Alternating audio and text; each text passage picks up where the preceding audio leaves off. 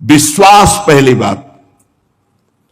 आस परिहरे, दूसरों से कोई आशा नहीं रखे। किससे क्या चाहोगे? ये क्या दे सकते हैं संसारी लोग? कोई ऐसा नहीं है जो मांगने में ना उतारू हो, सब मांग रहे हैं।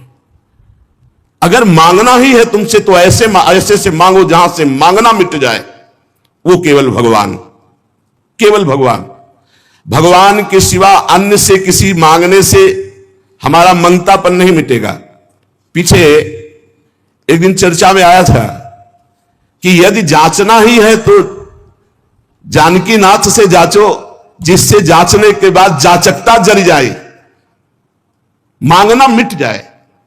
पहला, विश्वास करो तुम्हारे ऊपर भगवान की विशेष कृपा है। दूसरा, हमें कभी किसी से मांगना नहीं, अगर मांगना है तो सिर्फ भगवान से। तीसरा, निरंतर हमें नाम जप करना है। यह बहुत बड़ी बात तीन है।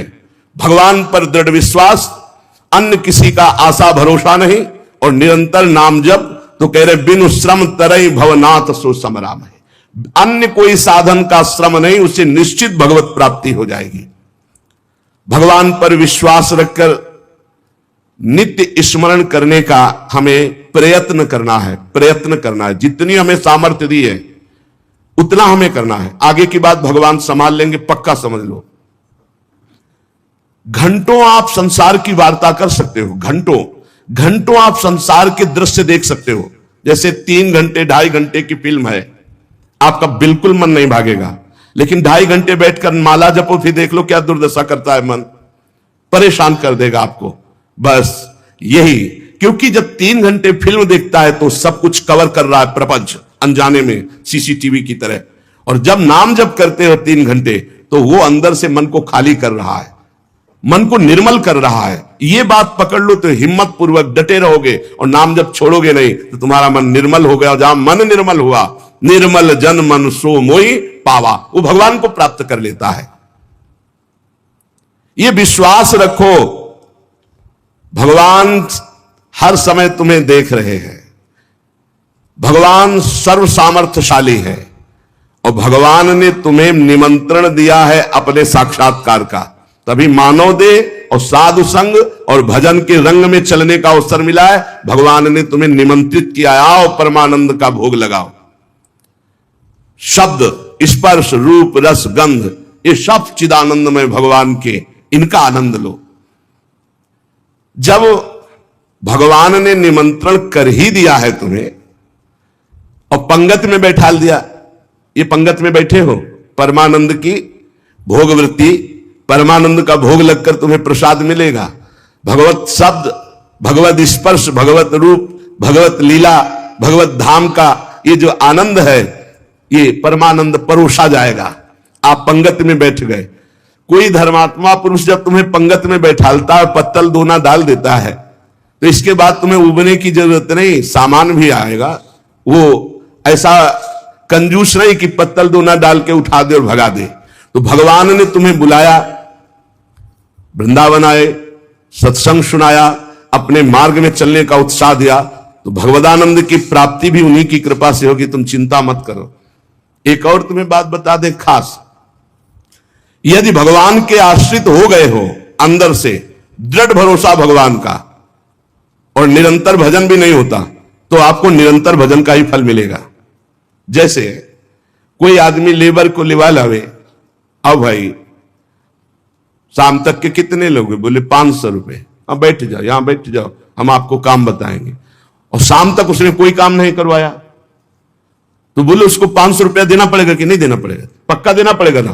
तो भगवान को भगवत प्राप्ति करानी पड़ेगी। बुलाया है हमको, श्री राधिका कृपा बिनु सबके मनन अगम में श्री जी ने वृंदावन बुलाया। जिनको वृंदा विपिन है कृपा ते नहीं की हुए, तभी तो यहां आ पाओगे। सत्संग सुनाया, क्यों सुनाया सत्संग? हम फंसे थे संसार में, फंसे रहने देते, क्यों सुनाया? संसार का राग हटवाया सत्संग के द्वारा, क्योंकि वो मिलना चाहते हैं आपसे। इतना जब कर दिया तो अब आप अंदर से भगवान की शरणागति स्वीकार करो। अंदर से भगवान का आश्रय स्वीकार करो।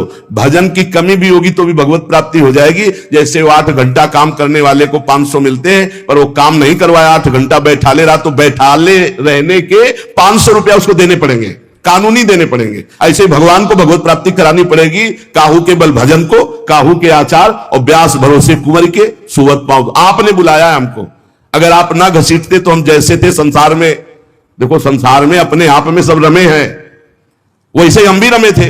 आपने घसीटा, जब आपने घसीटा तो भगवत प्राप्ति आपको करानी ही पड़ेगी। ये हमको कहने की जरूरत नहीं, वो सत्य सच्चिदानंद है, वो करवा ही देंगे।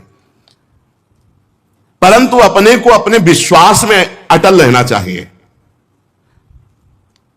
कल एक साधक प्रश्न कर रहे थे कि कई वर्ष नाम जप करते हो गए, अभी विकार नहीं गए, तुम कई वर्ष की बात करते हो, 2-4 वर्ष की बात करते हो गए। जब तक भगवत प्राप्ति नहीं हो जाती तो ये विकार धीरे धीरे कम होते हुए चिंगारी रहते हैं, खत्म नहीं हो जाते। ध्यान रखना, ये हम पूरी बात अपने अनुभव की कह रहे हैं। ये चिंगारी रहते हैं, छोटे छोटे बिंदु, और अगर फूस मिल जाए तो चिंगारी को ज्वाला बनने में देर नहीं लगती। भ्रम में मत रहना, बिना भगवत साक्षात्कार के निर्विकार स्थिति नहीं होती। निर्विकारता दिखाई देती है, पर रहते हैं विकार छोटे छोटे बिंदुओं में, और जहां उसको संयोग मिला तो सिंधु होने में देर नहीं लगती। इसलिए आजीवन सावधान। भगवत प्राप्ति के लिए अन्न जल त्यागने की आवश्यकता नहीं है।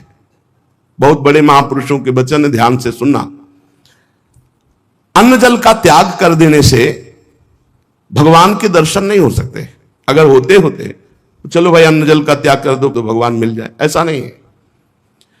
ऐसा कोई शास्त्रीय नियम या संतों ने नियम नहीं बनाया आज तक कि आप अन्न जल का त्याग कर दो तो भगवान मिल जाएंगे। एक अहंकार और हो जाता है, वो अहंकार ना होने पावे। अगर हम फलाहार रहते हैं तो भजन के लिए रहते हैं, हर समय हमारा सात्विक भाव बना रहे और निरंतर भजन बने, बढ़िया बात है।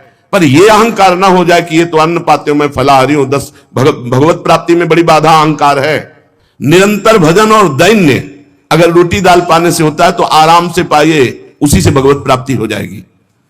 श्री भगवान की कृपा भजन से अनुभव में आती है, अन्न जल त्यागने से नहीं। भगवान के दर्शन भजन से होते हैं। जितना भजन करोगे भगवद आश्रित होकर, उतने नजदीक आप पहुंचते जाओगे भगवान के। एकादश स्कंद में नौ योगेश्वर जन कहते हैं, जैसे भूखे आदमी को एक एक कवल भोजन तो तुष्टि पुष्टि क्षुधा निवृत्ति होती जाती है, ऐसे ही एक एक भजन, एक एक नाम जप, संसार से वैराग्य, स्वरूप का ज्ञान और भगवान से प्रेम, ये एक एक भजन में होता जाता है। तो अब जैसे कई दिनों का भूखा है, 1-2-4 कवल पवा के रोक दो तो कुछ अनुभव नहीं होगा और भूख व्याकुल। ऐसे ही 2-4 माला कर लिए आप, काम वो भी हो रहा है 2-4 माला से ही, लेकिन आपको अनुभव नहीं होगा। अनुभव होगा जैसे वो आधा पेट भोजन कर ले और फिर स्वाद उससे खीर का सब्जी का अलग अलग आएगा, इतना भूखा कि पहले आधा पेट हो जाए। ऐसे ही हमको कम से कम 12 घंटा भजन में व्यतीत हो, तब हमारी समझ में आएगा कि नाम का स्वाद क्या है। एक एक नाम संसार से वैराग्य, भगवान से प्रेम और स्वरूप का ज्ञान प्रतिपल करा रहा है। पर बोध तब होगा तब कम से कम 12 घंटा भजन 24 घंटे में होने लगे। और जिनका 24 घंटे भजन होता है, ईमानदारी से जिनका 24 घंटे चिंतन होता है, उनको कोई प्रश्न नहीं रह जाता, उनकी कोई चाह नहीं रह जाती, उनकी कोई कामना नहीं रह जाती। अपने आप भगवत साक्षात्कार, अपने आप तत्व ज्ञान होने, भजन में बहुत बड़ा बल है। तो इन सब बाहरी बातों पर साधक ना फंसे कि हम अन्न छोड़ दें, हम जल छोड़ दें, हम ये कपड़ा छोड़ दें। सर्दी है, चिंतन हो रहा सर्दी का, अरे चाहे टाट मिले चाहे कंबल तत्काल ओढ़ लो, चिंतन सर्दी का ना हो। प्रिया प्रीतम को खास बात यह है, भूख लगी है जो मिले नमक रोटी खाओ, इसको शांत करो और चिंतन प्रभु का करो। चिंतन रोटी का हो रहा है, चिंतन कपड़ा का हो रहा है, चिंतन भोगों का हो रहा है, वो बात नहीं। ये बात बिल्कुल परमार्थ में शास्त्र सम्मत, हमारा चिंतन नहीं होना चाहिए जागतिक भोगों का। भगवत प्रसाद जो मिला इसे डाल लिया उदासीन भाव से, चिंतन हमारा प्रभु का होना चाहिए। भगवत दर्शन में प्रधान भजन करते हुए जब भगवान से मिलन की व्याकुलता होती है। अभी कहां मिलन की व्याकुलता है, भजन खास बात भजन है। जितना देर भजन करोगे उतने आप उज्जवल और पवित्र होते चले जाओगे। आपको पता नहीं होता कि आप कितनी ऊंचाई पर चढ़ रहे हैं। जब कोई अपराध बनता है और वो खो जाती है वृत्ति, तब लगता है कितनी ऊंचाई की वो वृत्ति थी, मेरे से गलती हो गई तो देखो वृत्ति खो गई। सहज धारा भगवत चिंतन की, सहज धारा, कोई विक्षेप नहीं, कोई चाह नहीं। और जहां अपराध बन गया तो बाधित हो जाती है। कई तरह का अपराध होता है। मैं बहुत भजनानंदी हूं और इनमें तो भजन नहीं, रुक जाएगा आपका भजन। किसी से अपने को मिलाना, उसको अपने से नीचा देखना, मारे गए, आपका भजन रुक जाएगा।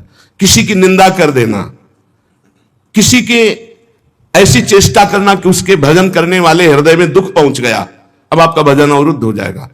ना कोई चेष्टा, ना कोई निंदा और ना कोई मिलान किसी से करना है। हर समय देखना है हमारे ऊपर भगवान की विशुद्ध कृपा है, सब संतों की कृपा है, चराचर जगत की हमारे ऊपर कृपा है, सब श्रेष्ठ है, हम सबसे लघु। अब भजन आपका निरंतर चलेगा।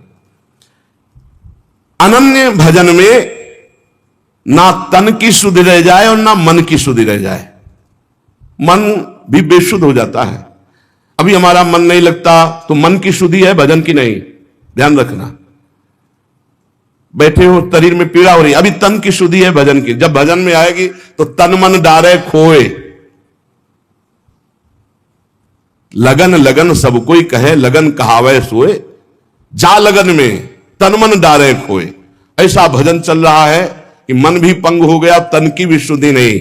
यह है भगवत साक्षात्कार के लिए।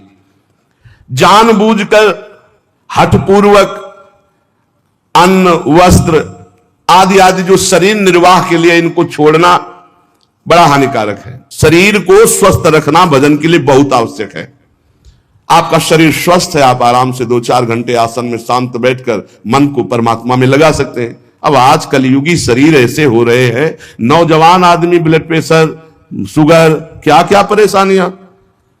भजन कर लो, आगे और समय ऐसा आने वाला है भजन के लिए अवसर नहीं। जानबूझकर हठपूर्वक अगर आपको सुविधा सामग्री मिल रही शरीर रक्षा के लिए तो उनका त्याग ना करो। इसके त्याग से कुछ नहीं होता। अब शरीर, ये सब अनुभव की बात है। शरीर उघार, सर्दी में शरीर कांप रहा है तो चिंतन तो जा रहा है ना सर्दी का। अरे जैसा भी टाट पट्टी कंबल जो भी मिले शरीर में डाल लो। अब चिंतन प्रिया प्रीतम को रहे, ये खास बात है। ये बहुत समय के बाद समझ में आती, नहीं तो अहंकार बना रहता है। स्वेटर कंबल के त्यागी हो, चिंतन सर्दी का हो रहा है, प्रिया प्रीतम का चिंतन करना है, परमात्मा का चिंतन कर। खास बात है, चिंतन नहीं छूटना चाहिए तो तुम्हारा त्याग सार्थक। और अगर चिंतन छूट गया तो त्याग की, और चिंतन ही बदल जाता है। प्रभु का चिंतन न रहकर शरीर का चिंतन होने लगता है। इसीलिए प्रेमी जनों को आप देखिए, वो वैराग्य प्रधान नहीं, अनुराग प्रधान होते, इसलिए उनको पहचानना बड़ा कठिन। अखंड चिंतन निरंतर चले और जैसी स्थिति में शरीर को प्रभु रख रहे वैसी स्थिति, शरीर से राग खत्म। आप निरंतर भजन करें, भगवान के दर्शन की भी मांग ना करें तो भी भगवान को दर्शन देना ही होगा, अपने आप देना होगा। आप पुकारें, आप भजन करें। भगवान दर्शन किसको कब और किस साधना से देते हैं, आज तक कोई नियम नहीं है, कोई नियम नहीं। वो कहो अभी आपको दर्शन दे दे, उनके लिए क्या है। इसीलिए तो भगत मस्त हो जाता है जो भगवान की शुद्ध भक्ति करता है, कि जब चाहेंगे करुणा निधान निहाल कर देंगे। प्रभु के लिए कोई नियम नहीं है। भगवान जब जहां जिसके ऊपर कृपा करे, बहुत भगवान कृपालु है। और आज तक जिनको मिले हैं वो बहुत सरल सहज स्वभाव वालों को मिले। ये जितनी बुद्धि लगाने वाले लोग हैं इनको बहुत दौड़ना पड़ता है, और जो सहज सरल होते हैं भगवान उनको मिल जाते हैं। भगवान जिनको मिलते हैं कैसे होते, सरल चित्त, संत सरल चित्त जगत हित, जान स्वभाव सने। बहुत सहज इनका स्वभाव, कोई छल कपट नहीं, चित्त में निरंतर भगवत स्मृति। भगवान मिले मिलाए हैं यार, भगवान अंदर ही बैठे हैं, वो सब देख रहे हैं। जब भगवान से चित्त जुड़ जाता है, निरंतर भगवत स्मृति होती है, तो भगवान बिना प्रार्थना के आके दर्शन दे जाते हैं। अर्थात उनके दिमाग में, उनके नेत्र में, उनके हृदय में श्री भगवान ही बसे रहते हैं। अपरिमित दयालु भगवान है, अपरिमित दयालु। उनका स्मरण करते हुए निश्चिंत हो जाओ। न दर्शन की चिंता करो, न कल्याण की चिंता करो। वर्तमान में उनका स्मरण न छूटे, ये बात पकड़ लो। कोई चिंता मत करो, सब ठीक हो जाएगा। वर्तमान में भजन न छूटे। भगवान तुम्हारे जीवन में वही विधान करेंगे जिससे तुम्हारा मंगल होगा। कड़ुआ विधान भी हो सकता है, पर विधान का फल बड़ा मंगल होगा, ऐसा निश्चय करके शांत हो जाओ, चिंता मत करो, भय मत करो। श्री भगवान की कृपा को देख देख कर तुम रुदन करोगे आनंद में, ऐसे वो कृपालु है। चित्त में विषाद आ जाना, चिंता आ जाना, भय आ जाना, पाप कर्म का फल है। ध्यान करना, तुम्हारा चित्त विषाद युक्त हो रहा है, भयभीत हो रहे हो, चिंता है, तो कोई पाप कर्म आपने किया है। वर्तमान में भजन करने वाले को भूतकाल का पाप कर्म चिंता शोक भय नहीं दे सकता, पक्का विश्वास रखना। वर्तमान का पाप चिंता शोक भय देता है। इसलिए भगवान के चिंतन का ऐसा तारतम्य बनाओ कि कोई पाप संकल्प ही न बने, कोई पाप कर्म ही न हो, कोई वासना ही न हो। महापापाचार्य, पापाचरण करने वाला बोले नहीं, महापापाचरण करने वाला और निर्वधि, कोई सीमा नहीं है कि कितना पाप कर, पाप में ही रहता है। असीम पाप करने वाला, निर्वधि असीम पाप करने वाला। महादुर्मति सते, सैकड़ों प्रकार की दुर्मति है, दुर्मति कुमति, जो नाना प्रकार के असत आचरण कराती है, ये सबके अंदर रहती है दुर्मति।